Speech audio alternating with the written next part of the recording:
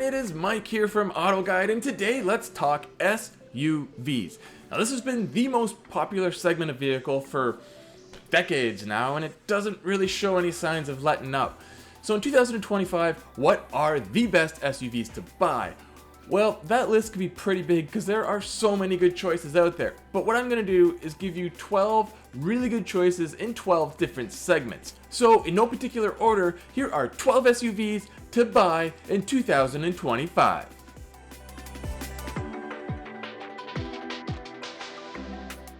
So do you need a subcompact car, but you don't want a car?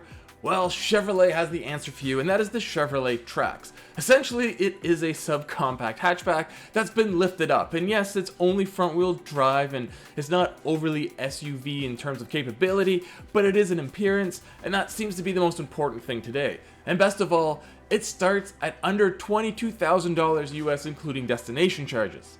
So what do you get for that price? Well, a pretty good package. Under the hood is a 1.2 liter turbocharged 3-cylinder. Yes, a turbo 3 that's very small, but it still makes good power. 137 horsepower and over 160 pound-feet of torque, which is good enough for the vehicle's size. And there's a 6-speed automatic, not a CVT, which is also a plus. The standard is a 3.5-inch driver information center, while higher models can have an 8-inch that's actually customizable as well. There's over 25 feet of cargo space behind the rear seats, and wireless Apple CarPlay and Android Auto are standard, and it's a lot of cool features in the Trax for the price, and it's not a bad looking all-around package.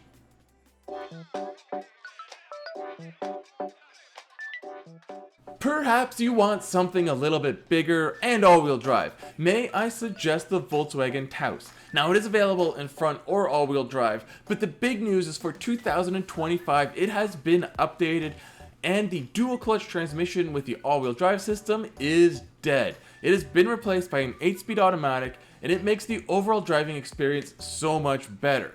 Already the Taos was one of the better looking vehicles in this segment, which is subjective, but inside we really like the minimal interior design, although we could use a few more physical buttons, and I'm sure those are on the way for the infotainment system.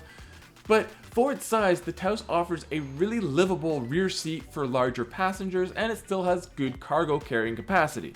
The 1.5 liter turbocharged 4-cylinder also got an update this year and now makes 177 horsepower and 184 pound-feet of torque, which is more competitive in the segment. But honestly, the engine from last year already felt more powerful than a lot of competitors, so this should only improve things. Fully loaded, it's possible to get a lot of active safety systems, things like adaptive cruise control, crash mitigation, lane keep assist, and a lot more. Best of all though, the Taos drives like a Volkswagen, and what I mean by that is it has great road manners that feel more refined than a lot in the segment, with reflexes that aren't expected in a small SUV.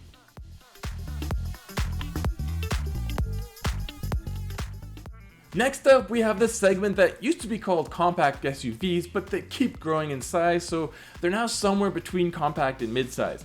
Anyway, my recommendation here is the Kia Sportage, or Sportage for our Canadian viewers. The reason I picked this is it's a great jack of all trades. There's gas, there's hybrid, and there's even plug-in hybrid versions of the vehicle. Not only is there a lot of choice in the engine configuration, there are a ton of trims, so it's pretty easy to find a Sportage that would work for you. There's front-wheel drive, there's all-wheel drive, pure gas engines have 5 trims, hybrids and plug-ins have another 5+ trims. The gas-powered version has a 2.5 liter 4-cylinder that makes 187 horsepower and 178 pound-feet of torque, and it is combined with a 8-speed automatic. Although options are obviously dependent on trim, some of the higher-end models allow you to get things that are a little more premium, like ventilated front seats, a power passenger seat, and heated rear seats. All versions of the Sportage come stuffed full of safety systems, with higher-end models including the advanced forward collision avoidance. Jumping to the hybrid and plug-in, it has a lot of the same options and features that I described in the gas versions.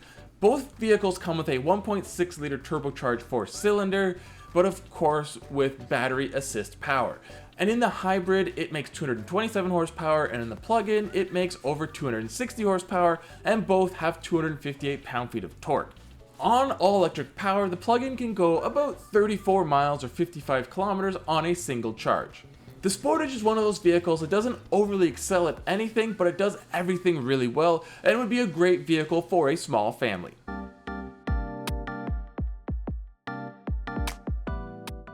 When it comes to a midsize SUV, well, I'm not really going out on a limb here, and I'm picking the one that's been super popular for a long time, and that is the Subaru Outback. What started way back in the day as a jacked up wagon with body cladding, the Outback still retains its wagon-esque shape and capability while becoming more and more SUV-like. Many competitors have tried to take down the Outback and failed, as Subaru nailed the formula from the start and seems to still have a winning package. The Outback comes with a choice of flat 4 engines, available in a regular naturally aspirated version or the torquey turbo. All Outbacks come equipped with a CVT, which some may not like, but at least this continuously variable transmission is a pretty good one, and when paired up with the turbocharged engine, it actually creates really good response and swift acceleration. Of course, this is a Subaru, so it comes standard with a ton of safety systems, and it has 8.7 inches of ground clearance, which means it can go places a lot of other SUVs can't, and maybe shouldn't get stuck that easy with the Subaru symmetrical all-wheel drive system. But more than its performance and capability, the Outback can carry 4 adults in a ton of comfort, and there is a lot of storage behind the rear seats still.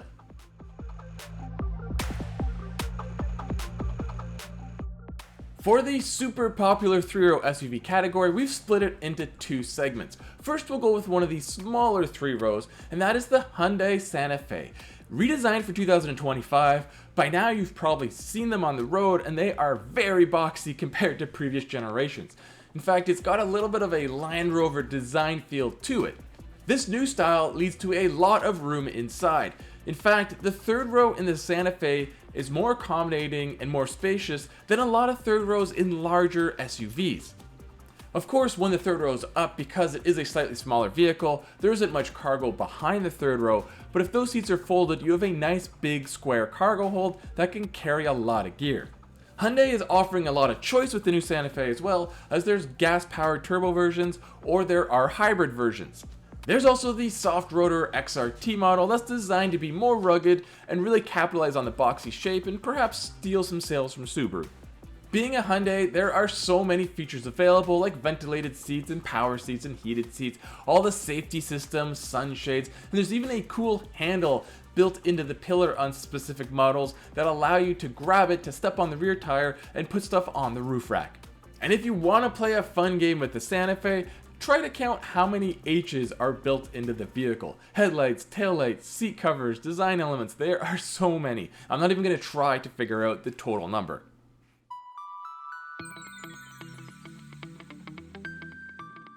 Sticking with 3-row SUVs, we go to the large end of the scale with the Jeep Wagoneer, specifically the Wagoneer L, which is the extended length version. Yes, it's a giant square box and the styling isn't for everyone and is kinda plain, but just like the Santa Fe, that leads to tremendous passenger space. The truck-based chassis under the Wagoneer also delivers incredible ride quality, especially when compared to its main competitors from Toyota, Nissan, Chevrolet, and Ford.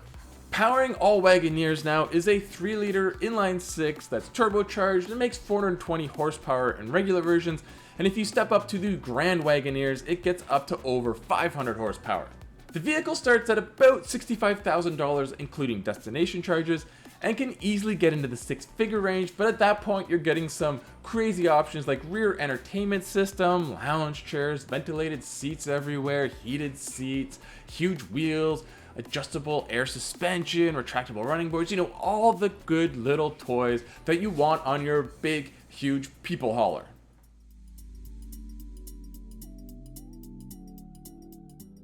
Okay, up until now, we've been focusing on SUVs more so for people and families than what an SUV traditionally was, and that's to go off-roading. So if you're looking for a true purpose-built off-roader, my recommendation is the Ford Bronco. Now wait, I know you may be saying, what about the Wrangler? It's been the go-to choice forever, and it is an excellent choice, and really, Wrangler or Bronco, you can't go wrong, but the reason I'm taking the Bronco is it's a little more fresh in styling, but more importantly, it has way better road manners. So if you need to drive your Bronco on the highway to get to the off-road park, it will be much more enjoyable than doing so in a Wrangler. And much like its competitor from Jeep, there are so many choices for the Bronco, and I don't just mean 2-door or 4-door. There's somewhat tame versions like the Big Bend, and you can go all the way to the crazy extreme Raptor with the fire-breathing turbocharged 6-cylinder engine. For me though, I love the Heritage. It just looks so cool with its retro styling while still offering modern conveniences. And with modern conveniences, I mean things like a 360-degree camera, a B&O sound system, all the usual safety systems like evasive steering assist, adaptive cruise control, collision mitigation, you know, all those sort of things, and wireless Apple CarPlay and wireless Android Auto. Of course, there's a rugged front bumper and tie-down straps all over the vehicle because a lot of people that off-road want to put a ton of accessories on their vehicle, and the Bronco is ready for that as well.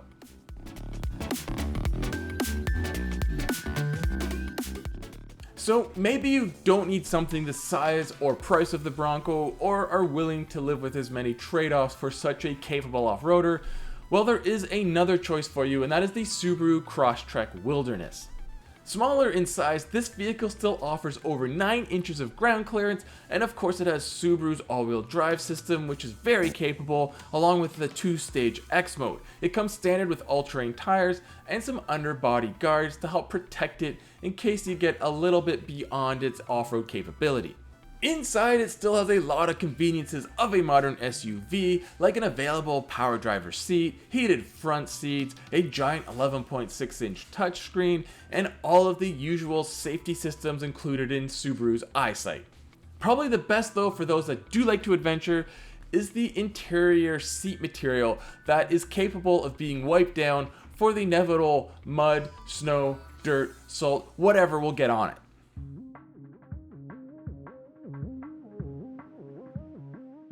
So far on this list, I've mentioned a lot of vehicles that have hybrid options, but what about the best overall hybrid SUV at a reasonable price? Well, for me, it's the new Toyota Crown Signia. Now, don't think of this vehicle as Toyota Venza 3.0. The new Crown Signia is not a slow, super relaxed cruiser of previous midsize Toyota hybrids. This one is actually kind of lively. With 240 horsepower net, it may not sound like it has a ton of power, but it delivers it really well, and the steering and suspension are set up for decent reflexes. It isn't a full-out sports vehicle, but getting 38 miles per gallon while carrying 4 adults and a lot of gear in the 25 cubic foot cargo area, while still having a little bit of fun behind the wheel, is a good overall package. Of course, this thing can come fully loaded with a lot of cool features. There's 21-inch wheels, heated rear seats, of course, Apple CarPlay and Android Auto that are fully wireless, a wireless phone charging pad, a panoramic sunroof, just so many different things. All the usual Toyota safety systems are here, like the Star safety system and the Toyota Safety Sense 3.0.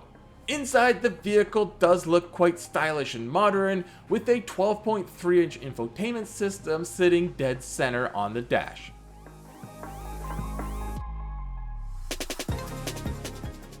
When looking for the best overall plug-in hybrid SUV, we once again have gone back to the masters of the hybrid, Toyota.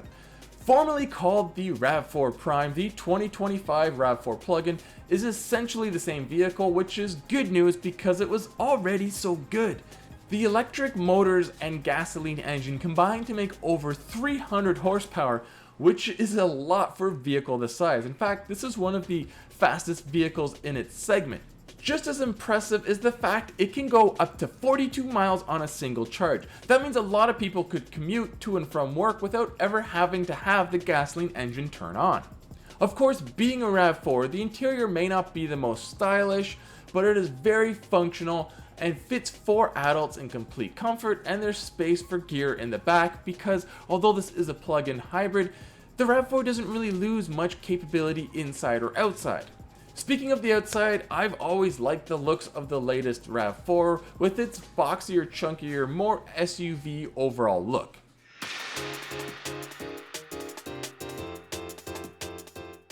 When it comes to recommending the best mainstream all-electric SUV, well, the choice is actually pretty simple. Now, there are a lot of choices on the market, and a lot of them are actually really good. But as an overall package in terms of capability, features, style, and most importantly, choice, gotta go with the Hyundai Ioniq 5. It can be had with just a single rear motor and small battery with a decent starting price that still has okay range, and then there's extended battery all-wheel drive versions, or if that's not enough, there's now an off-road XRT version, and of course there's the bonkers Hyundai Ioniq 5N that redefines what a performance electric vehicle can be, not just an electric SUV. In fairness though, when it comes to the Ioniq 5N, it's not really much of an SUV anymore, it's really just a slightly raised car at this point, but it's still so much fun to drive, which is not something you can say about a lot of EVs out there. But back to the main reason I'm picking the Ioniq 5, and that's it's just got such a good overall package. It's got the cool retro 80s design elements, it can take adult passengers in the rear seat, there's good cargo capacity, and like I said, it has a lot of choices in terms of drivetrains and battery sizes, and all of them charge at a good speed and offer decent mileage. For example, it can go up to 318 miles on a single charge for the large battery rear-wheel drive model. But the coolest thing about the Ioniq 5 is still that range of choice. You have the track-ready 5N, and then there's the new XRT that isn't just a warmed-over rebadge, it has unique bumpers and all-terrain tires and really cool cladding.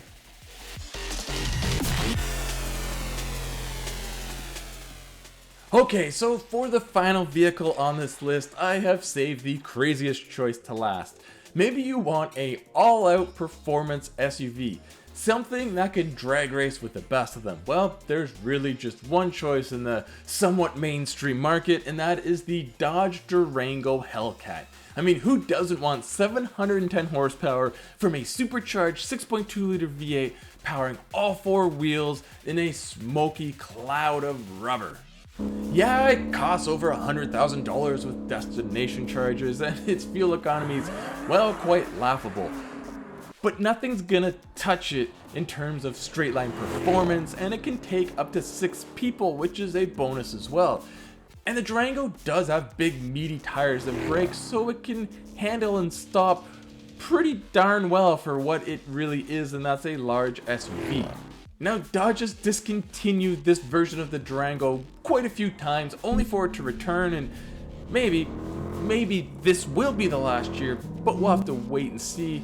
Still, if you really want a 700 plus horsepower 6-passenger SUV, you better hurry up because it won't last forever. Well, there you have it. Those are my 12 picks, and I know you won't agree with all of them, but the point is to offer 12 good starting points in 12 different segments, and if there's something else you're interested in or prefer, it's worth doing a back-to-back comparison with these vehicles, because I do feel these are all up near the front of each segment and worth consideration no matter what kind of SUV you're looking to buy in 2025.